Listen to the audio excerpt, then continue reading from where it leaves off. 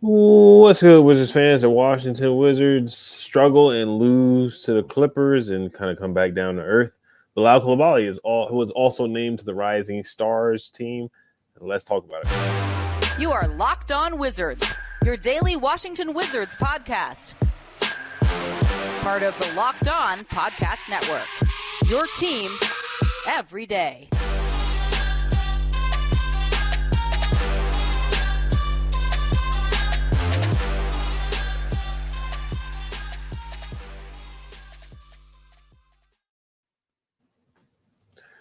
I just want to thank you guys for making Locked On Wizards your first listen every day. We're free and available wherever you get podcasts. The Washington Wizards lose 125 to 109. They come back down to earth after the great two-game winning streak, the first two-game winning streak of the season. The last time they had a two-game winning streak was back in March of last season, so they came back down to earth tonight. But today's episode is also brought to you by PrizePicks. Make sure you guys check out PrizePicks, the easiest and most exciting way to play daily fantasy sports. Go to PrizePicks.com/LockedOnNBA. Use code all lowercase LockedOnNBA for a deposit match up to $100. All right, Brandon. So yeah, we're gonna talk about Bilal later, get into the Rising Stars game. But of course, we got to talk about the game tonight. What were your thoughts about the game tonight, and then what happened in that third quarter that just made it into a blowout? Man, I would say two things in my opinion. One, the usual suspect, which is rotations are slow to shooters, man. Ball movement was killing us on the perimeter. I mean, the beginning of the game, they were 3 for 4 from three just to start the game. I mean, and if you saw those three-point shots they made, man, I mean, they had time to shoot. So the defense went in nobody's face. The closeout was slow. The rotations were slow. They were beating us down the court, which leads into the second one effort. Drew Gooden called out Daniel Gafford tonight. Said, look, effort just ain't there. And, look, God appreciate that. Finally somebody saying it that's, within the organization. Look, effort. Lollygagging, not get down the floor, taking your time. It's just the effort thing. I mean, that was the biggest thing. They shot well tonight against us. I mean, looking at the clips, I mean, obviously, Kawhi Leonard, 31 points. Now, he's a mid-range guy, but he was knocking the mid-ranges down. But James Harden, 5 for 10 for three, 6 for 6 from free throw. He knows the rules and he plays to the rules. And he was getting these calls, and a couple calls were like, man, what? But you know what the MO is with James Harden. He knows how to play the rules, and he gets a lot of calls. I thought that one 3-point play where he went to the line for 3 shots, where they said, I believe it was what Bilal was guarding him. And he said he didn't give him enough chance to get his feet down. It's like, dude came down and then rolled back. Come on, man. Like, stop it. But yeah, I mean, there's a clear talent gap. Obviously, the Clippers are just, they didn't have Paul George, but they got a lot of talent on this team. I mean, their second team, Brandon Boston. I mean, Trey Mann. I mean, the list goes on, man. They got a lot of talent on the team. I mean, Powell did this thing 3 for 5 from 3. So looking at our guys starting 5, Tyus Jones won his best output. I mean, 4 points, 4 rebounds, 7 assists. The assist numbers were there, but shot just wasn't dropping. Shooting 2 for 9 for the field. Denny Avia, 13 points, 5 rebounds, 3 assists, 1 block, 1 steal. The defense was there. He was doing his thing tonight. Kyle Kuzma, 27 points, high volume, as we know. But, Kyle Kuzma was doing his thing, hitting a couple of really nice 3-point shots. And then looking at Gaff, we kind of touched base on his effort. But, I mean, 6 points, 8 rebounds, 5 blocks. Now, and that's the thing. And it just, like I said, I've been saying this for the last couple of years now, man. I am a Gaff fan, but they're empty stats. I mean, yeah, on paper, you're looking at, okay, 6 points, 8 rebounds, 5 blocks. But then you were getting pushed down by Mason Plumlee, man. So, I mean, to me, it just continues to show how certain guys on this team, on paper look like they're having an immaculate game, but it's empty stats because, yeah, Plumlee, 11 rebounds, only 5 points, but he was backing them down. And that's the thing about Gaff, man, is that he struggled against a vast majority of the centers in this league, starting centers, that is. And for people saying that he's a starter, I don't see it. I think he's a backup. I mean, if you look at a lot of these teams are asking for him, they're asking him in a backup role. Let's be 100 with this. So let's get to the start of the show. Bilal Coulibaly, a.k.a. B. Cool. My man played some good basketball tonight. And starting for Jordan Poole, he was a late scratch. And Bilal did his thing tonight. 19 points, 4 rebounds, 2 assists, 8 for 16 from the field. So he was efficient, 50% from the field, and 1 for 4 from 3. So he was not hesitant to take that 3-point shot. 2 blocks, 1 steal. And we're going to talk about it in a little bit. but he is definitely a rising star. I mean, this guy, he can play the ball. When he figures out a consistent offensive game, man, when he finds that dog offensively like he has a dog defensively, we found a diamond in the rough.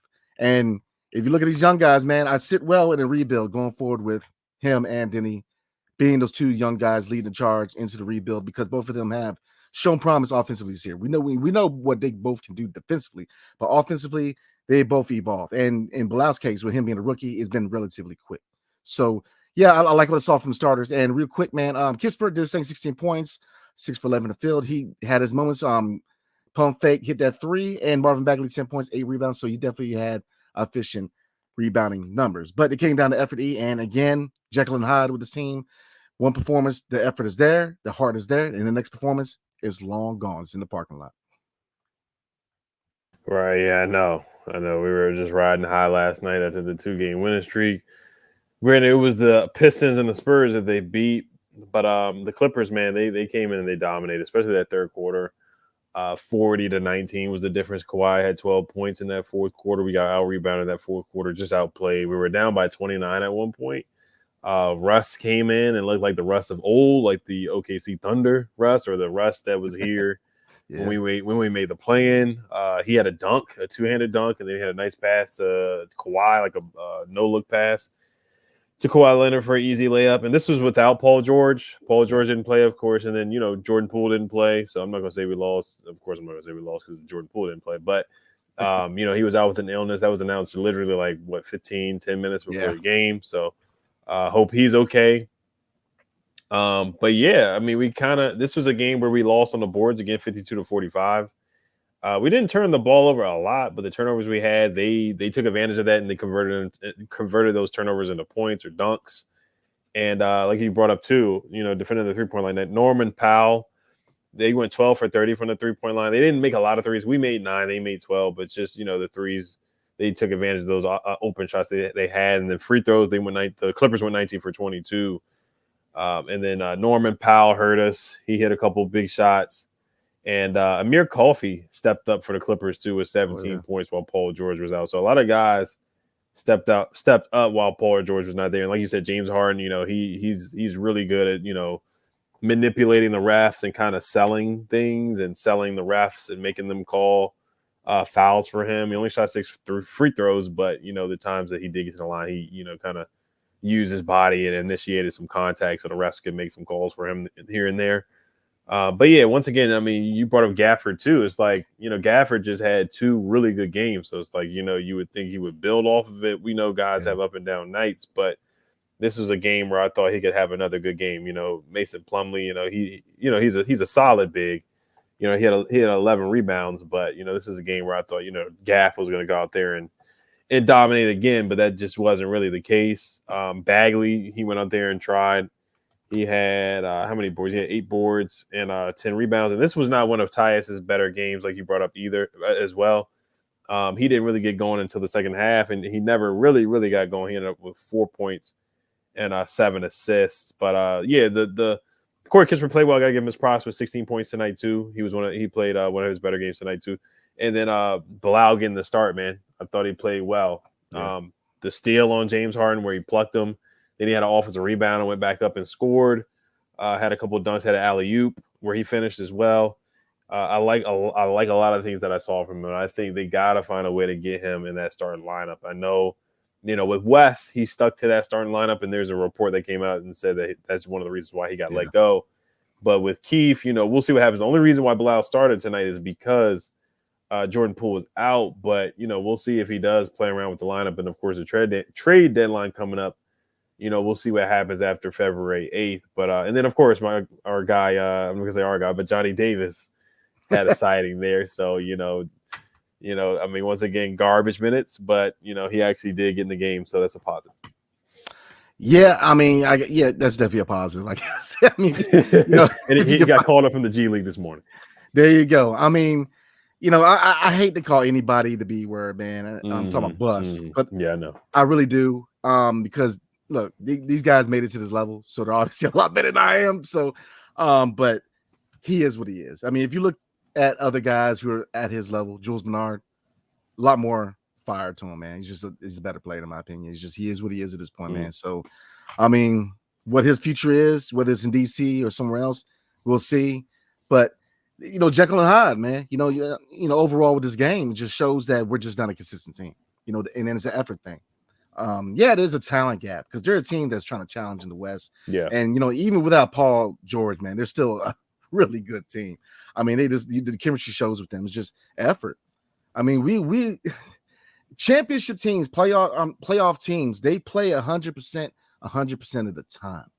And that's what you got to realize when you're trying to build a culture is that you can't take days off, man. I mean, championship teams, every night, they try to put it on people, man. And they got to develop that type of mentality. This whole, filling themselves over two-game winning streak. Yeah, it's nice, but the two worst teams in the NBA. Like, how much really can you pump yourself up? Like, you beat the Pistons and the Spurs, man. It's like a grown 30-year-old dude beating down a 14-year-old kid. Like, I mean, I would expect you to win the game or to win the fight. I mean, I don't, it's just the mentality, man. How we're pumping ourselves up after 2 games where we beat 2 scrubs. And then now and what did I tell you, E? I told you that what I wanted to see was how did they react against a really good team? And it shows. When they went up against a really good team, they faltered, man, because you got to have that mentality to keep going. I mean, that is a playoff mentality that you have to have, man, going forward, is that you got to be ready to put it on people 100% every game. Don't take games off, man, because you best believe, look at the top teams in the NBA right now. They're not taking nights off.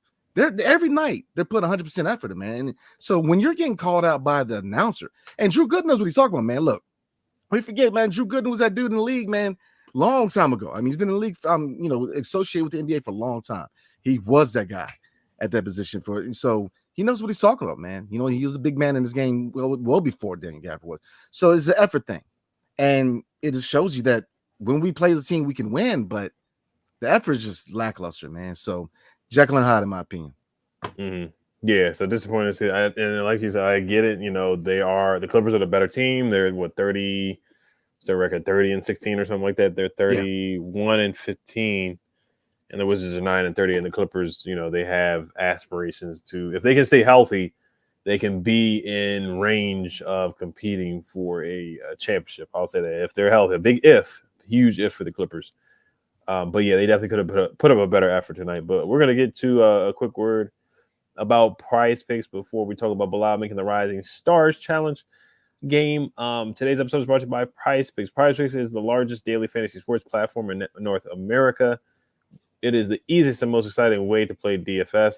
It's just you against the numbers. Instead of battling thousands of other players, including pros and sharks, you pick more than or less than or on 2 to 6 player stat projections and watch the winnings roll in. With the basketball season here, you can now pick combo projections across football and basketball from the Specials League, a league created specifically for combo projections that includes 2 or more players from different sports leagues. For example, LeBron James plus Travis Kelce at 10.5 combo 3-pointers made plus receptions. PrizePicks even offers a reboot policy so that your entries stay in play even if one of your players gets injured. For football and basketball games, if you have a player who exits the game in the first half and does not return in the second, that player is rebooted. PrizePicks is the only daily fantasy sports platform with any insurance policy.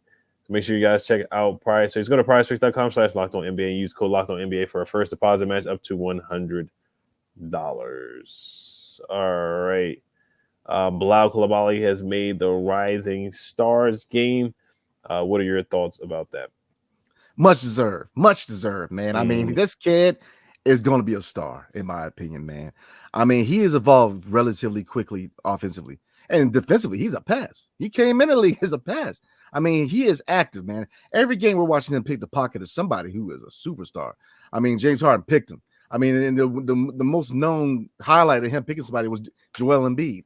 He's an absolute beast, a dog on the defensive end. But offensively, he's a dog too. I mean, he has no problem trying to drive that lane with power, man. I mean, his 3-point shot, he's becoming less and less hesitant to take it. Now, obviously, he has some work to do. And he said personally, like, look, catch and shoot. One big area he wants to work on. You can see that. Catch and shoot, fast release. He has to work on that. Few moves here and there. Ball handling are some things he needs to work on, but much deserved because this guy's going to be a star. And like I said, going into the rebuild, I look at me personally, and obviously it differs, but I think we do have a foundation with him and Denny Avia being those two young pieces going to kind of be built upon going into the rebuild. Now, obviously, Denny's his name is definitely mentioned in trade. So, I mean, Bilal right now, you know, according to the front office, is that guy, is that building block. And so I love what I see. This kid is going to be a star because he's a daggone dog, man. I mean, he's fearless out there. I mean, I love what I see. And so I can sit here and I can ramble for another 20, 30 minutes talking about this kid, man. But much deserved. And you know, definitely the first of many accolades. And like I said, with him and Denny going into the future, going into the rebuild, I'm happy, man. I sit pretty happy with those two being part of the foundation going forward. Oh yeah, definitely. Looking at some of the numbers here, I was looking for Bilal. He's top 5 among rookies in total steals and blocks, top 10 among rookies in points, rebounds, and threes. One of 3 rookies with at least 40-plus steals and 30-plus blocks. So he is a stat sheet stuffer. Oh, yeah. You know, you see him guarding some of the best players on the other teams, you know, pickpocketing Joel Embiid, pickpocketing James Harden, guarding James Harden tonight. That's a tough task. Giannis has said good things about Bilal, saying that, you know, he looks ready to play, that he's not scared. The lights aren't too bright. Dame Lillard said the same thing. So nothing but good things from Bilal. Of course, you know, he's had some games where he struggled, you know, shooting, but when he gets the ball in his hands, you know, Keith had him out there playing point guard a little bit, you know, handling the basketball. He's just getting more opportunities, and the more opportunities he gets, the better he plays. So he's gotten downhill, getting to the basket. Watching some of the highlights right now where he dunked on Paul Reed. Yes, as sir. well. But yeah, he's shown some flashes. It feels good to have a rising star. It really did. It really does. Last year, you know, we didn't have any rising stars. We did have Johnny, but you know, he was in and out of the G League. So it feels good to have a rising star again in this league. I know. So I'm excited to see him play in there. Of course, you know, Wemby's going to be in there, so we're going to see him play with his former teammate Wemby. He played really well against the Spurs in both games. But yeah, the potential is there, man. And he definitely how many minutes did he put in? He played 37 minutes, and that's what he should be around every night. He should be around 35 minutes, 35 to 37, around 35, 37 minutes per night. That's what he should be getting. And then hopefully, if not before the trade deadline, after the trade deadline, he needs to start and get as many minutes, as many touches, as many plays called. You know, even JJ Redick said it on his podcast. He said, give Bilal the keys, let him rock. Yep. Let him play. He doesn't need to be playing behind a bunch of guys. He needs as many opportunities. I know that was the kind of thing with Wes. I get Wes as a guy who he wants to play as veterans and stuff like that, and that's why he's gone. And now I think Keith is we'll see how Keith plays it out. But I think of course, we know that Dawkins most likely wants to see Bilal get more minutes, and I think that's something that Keith is definitely going to start doing, giving him more minutes and not, you know, having him, you know, play 15 minutes here and then 20 minutes there the next game. So I think we're going to get a steady dose of Bilal playing 30 minutes a game. But this is awesome. I'm excited to see him playing a Rising Stars game, and hopefully in a couple of years we'll see him in an All-Star game. Oh, we definitely gonna see him in an All-Star game in a couple of years, man, because I'm that high on him. Because we definitely hit on his draft pick. After the deadline, he needs to start. He needs to be the 2 guard, in my opinion. I definitely want to see him and Denny in the same lineup. Maybe you could push Denny to the 4, put the Bilal to 3, and maybe you start Kispert. I mean, there's a lot of possibilities after the deadline, man. You know, you're definitely gonna have a lot younger roster, in my opinion, but we'll see. But I mean, this kid can play. You know, like I said, there's a reason why this organization said that everybody is a tradable asset outside of Bilal Coulibaly, because they hit on his draft pick. The potential is through the roof. I mean, he definitely is going to develop into a 3-and-D player, man, because I think he will figure that jump shot out. Because, I mean, he's got the hardest part of it, which is the mental part. He's not hesitant to take the shot. And that's one thing you can say about him and Denny, man. You know, they're less hesitant to take those shots. Now, Kisper's a sharpshooter, so his release has been there since day one. But out of the young guys, man, those two, they're not – you don't see that fear with taking a shot anymore. And I'm telling you, when Bilal Coulibaly figures that 3-point shot out, the NBA needs to watch out, because he's going to be a star. And absolutely, he is definitely part of the foundation to build upon in the future. So I'm excited, man. You know, I already knew he was, and it's going to be a good game, man. I'm not really a big all-star game person, but if you look at a roster, man, for the sophomore and the rookie teams, man, I'm going to watch that game, because, I mean, your rookie team has Holmgren, Wemby, Bilal. I mean, it's gonna be a fun game. So this will probably be the first year you're gonna see me watch that game. But I'm excited for him, because is your boy Cam Whitmore in there? I got to double check, man. But you know what? He's been killing it lately. So I Yeah. ain't trying to change subjects, but it's gonna be an exciting year to watch it. But it's much deserved because he's played his tail off this year. He's worked hard, and when we talk about effort and not, the heart and people not being consistent with that, he's been consistent and working his tail off. The work ethic shows, and that's why Bilal Coulibaly, man, is gonna be that guy that we can build around, man, because the work ethic. He's trying to get better. He's working to get better, and he is getting better. So once he figures it out, man, I'm trying to tell you, this kid will be an all-star. Definitely. And I forgot to point out that Quiiiz only had 2 rebounds tonight. I see a lot of people upset about that. We'll talk about that next, though. He had 0 assists tonight. 0 assists and 2 rebounds. That just can't happen. He's got to rebound. And he's been rebounding better. I hate to take away from Bilal, but he's got to rebound the ball better than that. He has to. Yeah, I mean, that comes down with effort and caring. It's just the consistency has been an issue that we've seen the last couple of years with this team, man. It's just Jekyll and Hyde, man. One game you see the ball movement, you see the team basketball, and then the next game, there's no effort, no care in the world. So it's just they got to find consistency. Will they this year? I mean, I think a little too late. I think we are who we are, but trying to build culture, especially under interim head coach, man, got to build a culture of hard work and effort, man. You have to. So until they consistently do that, you're going to see performances like this for the rest of the year. So we'll go ahead and move on to comments. But before we do, tonight's episode is brought to you by FanDuel. Happy Super Bowl to all who celebrate from FanDuel, America's #1 sports book. Because if you like me, Super Bowl Sunday is all about scoring the best seat on the couch. Yes, sir. Grabbing your favorite football snacks and placing some super bets. So FanDuel has so many ways for you to end the season with a dub or 2 or 3. Who knows? Not only can you bet on who will win the Super Bowl 58, but FanDuel also has bets for which players score a touchdown, how many points will they score, and so much more. So new customers join today, and you'll get $200 in bonus bets if your first bet of $5 or more wins. So all you got to do is just visit FanDuel.com/lockedon to sign up. That's FanDuel.com/lockedon. Make every moment more with FanDuel, the official sportsbook partner of the National Football League. So let's slide into some comments. Definitely appreciate everybody rocking with us tonight. Yeah, James Sheets. Unfortunately, he made this comment at 7:44 p.m. when the game started, when it was close, because it was close. The whole first half, it was pretty close. Yeah. I got to see what the score was at halftime, but I'm pretty sure they were only down by like 5 or something like that at the half. But he says the difference in coaching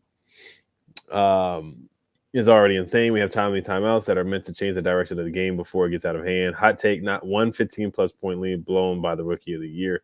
Rookie of the year, I guess, rookie head coach.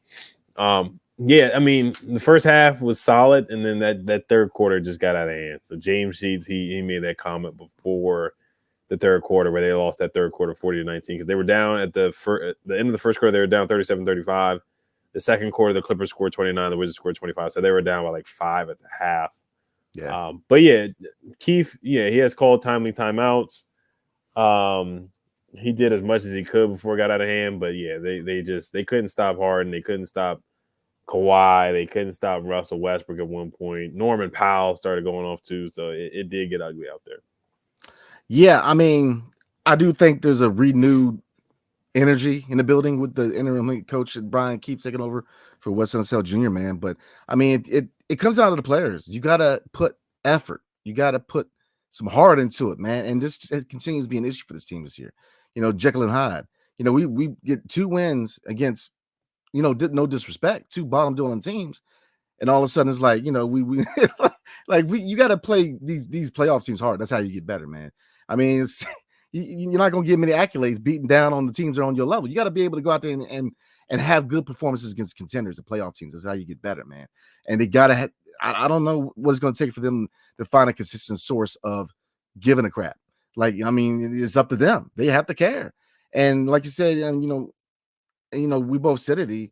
I think a lot of them checked out till the trade deadline. I mean, yeah, we got a couple good wins, but man, we got to find some heart, man. I mean, we really got to build on the culture of playing hard. And it bothers me. Like I said, now you got Drew Gooden calling people out. So like I said, look, we all know that they don't call people out too much because, I'm not going to get into it, but They have to try to be as positive as possible. So if you got Mhm. Drew Gooden out there calling people out, man, it's saying, look, you need to pick it up. He's got to pick it up because look, you best believe Marvin Bagley's breathing down his neck. And like I said earlier, man, yeah, this team's calling back at. In what capacity though? Backup center. Nobody views him as a starter except for us. And there's a reason for that because he struggles. How many times? I mean, let's not even talk about Mark Williams and all these. I mean, and he's not Mark Williams ain't upper echelon, but I mean, as far as he struggles against guys that are slightly above him, man. Like he struggles against most of the centers in the league. So in my opinion, he ain't it as far as starting center.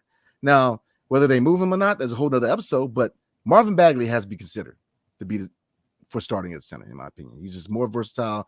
You know, he's better in scoring and rebounding in the paint. You know, Gaff has these moments where he checks out. And yeah, 5 blocks, but at the expense of what? You just got backed down by Mason Plumlee. And you want to talk about the realm of ugly shots. Good God, that's a whole nother episode about his shot. But so it's just the effort thing, man. And we are so Jekyll and Hyde. We're one team 1 minute. The next game, we're a totally different team. So I completely agree.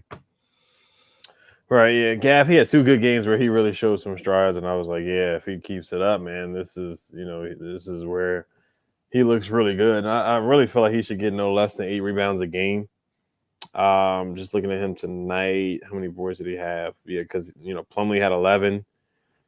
Gaff, yeah, he did have 5 blocks, but he just he wasn't much of a presence. He ended up with 8 boards tonight, but only 6 points.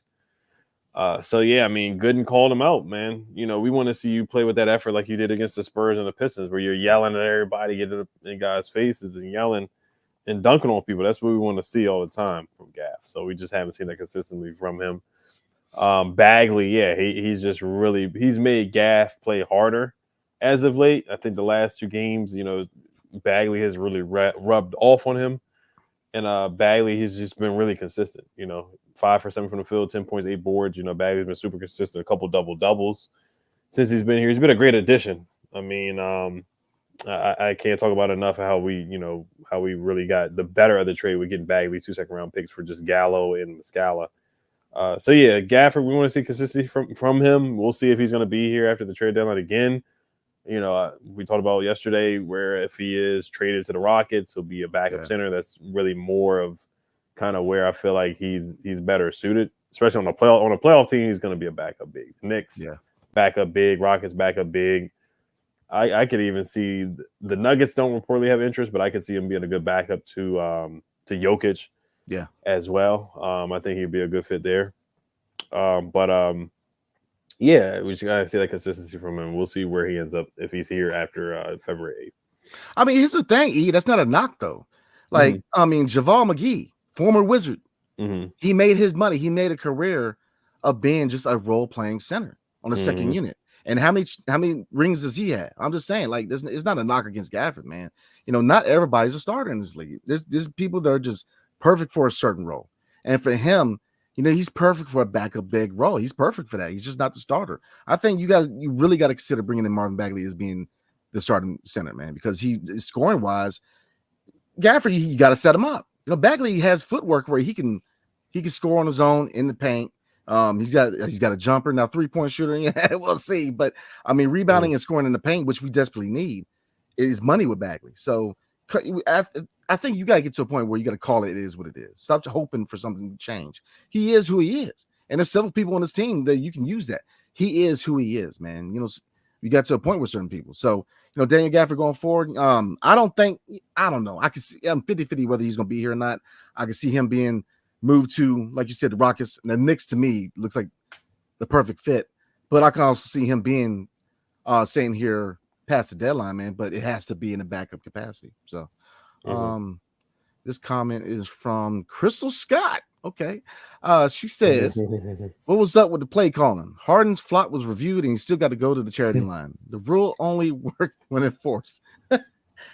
Appreciate the comment, by the way. Harden will get his calls, man. I mean, it is what it is. He's gonna get his calls. But play calling, I mean, I feel like the play calling has been better underneath Keith, man. But again, it goes back to the same point we've been saying all night: effort. If you don't care, you can play every call you play you can call every play in the world. If you don't care, it is what it is. And tonight they just didn't care, man. I mean, yeah, the Clippers are a lot better, but they didn't care. Like you know, like everybody brought up, man. You know, Quiiiz rebounding and assists, man. He's got to step it up. Right, yeah, 2 rebounds is inexcusable. 0 assists is inexcusable as well. But no, that's a good question. The flop was reviewed. He still got the call. Yeah, he gets calls all the time. You know, he's manipulated refs, and you know he knows how to use his body and create contact into guys, and the refs they fall for all the time. They've been doing that ever since he was with the Rockets, where he got to the line all the time. Yeah, so it is what it is. He's one of those guys in the league. He's gonna get those calls because he knows how to play the rules, man, perfectly. He just knows. It's from 757's final. My fault. 757. Got you. Oh, got you.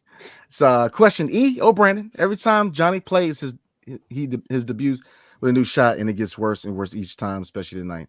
Is he changing it, or is that the team changing? You know, at this point, I don't even know anymore. I don't even know. Like, I feel like his shot has changed so many times. Johnny Davis is what he is, and you can point it. It's really hard to point who kind of messed him up. Maybe it's him not taking out, advantage of opportunities when playing.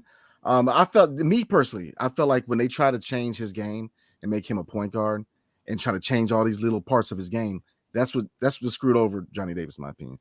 We should have played him to his strengths, which he's a mid-range shooter, which I don't want to hear that mid-range ain't the thing no more. I mean, DeMar DeRozan still makes his money off mid-range. I mean, Kawhi Leonard tonight, how do he make his money tonight? Mid-range jumpers to a T. So there's still room for that in the NBA now to be a mid-range specialist. They didn't play to that. They didn't use him as a scorer and his defense. They tried to make him a point guard. And I don't know who changed, if he decided to change the shot, but if you look at his mechanics in Wisconsin, there was nothing wrong with the shot. And then he comes to DC and he gets his leg shaking and all this other stuff. So I don't know what's going on with the shot. To me, he is what he is right now. And you just need to call it like it is. We missed on that pick. And I hate to say that, but I'm officially saying it. We missed on that pick. Yeah, Tommy. That was Tommy Shepard's pick, and clearly Will Dawkins and Michael Winger and Travis Schlenk, they're not invested in developing him. They have him in the G League. They're bringing him up. He's only getting playing time in garbage time, really, when the game's out of hand. The shot, it's been changed multiple times, whether he's, going down too low, just dipping too low, whether he's kind of has a hitch in his shot, just doesn't look confident at all. It's unfortunate because I really thought he was a talented player coming out. I loved his energy. I loved his motor, the way he played defense. Of course, the game against Purdue where he had 37 points. Of course, you don't want to judge him off of just one game of one college game. But, Big Ten Player of the Year, all that stuff. A lot of the Big Ten Players of the Year didn't pan out in the NBA, though, if you actually look at it. But like Frank Kaminsky, Luka Garza. Johnny, like I feel like he had, talent, of course. I mean, you can say that about every player. And then you just saw him in the summer league. You're like, man, this is going to be a work in progress. Where he even struggled in the summer league, his rookie season, where he just couldn't get by anybody. And the shot and the mid-range game is the best part of his game coming out of college. He hasn't really got that going consistently either. There was a mid-range game, the one jumper that he shot against the Magic, where he missed that really badly off the backboard, and you saw the Magic bench kind of just making fun of him a little bit, but. I still think there's something there. I really do wish he would have got more playing time this year, but you got to earn it. And they just don't see him in their future. So they're kind of cutting bait with it. They're like, okay, we didn't draft him. They probably didn't like him. They must have not liked him before the draft either. Because if they liked him before the draft, I feel like they would have invested a little bit more time in him. But they must have not had him high on their board either. So when they got here, they're like, okay, it's just not going to work, and they're just ready to move on. So I think it's another guy that probably will be traded. He doesn't have any value, but he may be attached in a trade. And I think a different change of scenery where maybe he could get some playing time somewhere else. So I really hope that for him. I hope he gets a chance somewhere else. I don't think he'll get it here. And I think they're just cutting bait, like you said. And they didn't draft him, so they're just going to move on. But we'll move on here. 35 minutes. I know there's a lot of comments, guys, and I trust me, we will. Next episode tomorrow, we're just going to read them. The first thing we do we're gonna talk about comments. Yes, We sir. want to talk about some of the reports that came out. Like they're not gung ho over getting 2 first-round picks anymore for Kuzma. They feel like they may just get 1. We definitely want to talk about that. Oh yeah. I know we talked about Quentin Grimes. We may talk about him again tomorrow. Them having interest in Quentin Grimes. There, of course, there's a couple more reports and rumors coming out for sure. I did see one comment here. It was where was it from? I do see some Commanders comments in here about the coaching situation. Of course, I know people are definitely up in arms about that. But Tay, yeah, we'll talk about that tomorrow too. He said we're terrible. I'm not even mad. If they don't care, why should we? But yeah, we'll talk about that stuff tomorrow. So we just want to thank you guys for making Locked On Wizards your first listen every day. We are free and available wherever you guys get podcasts. Hell to the Wizards. Peace.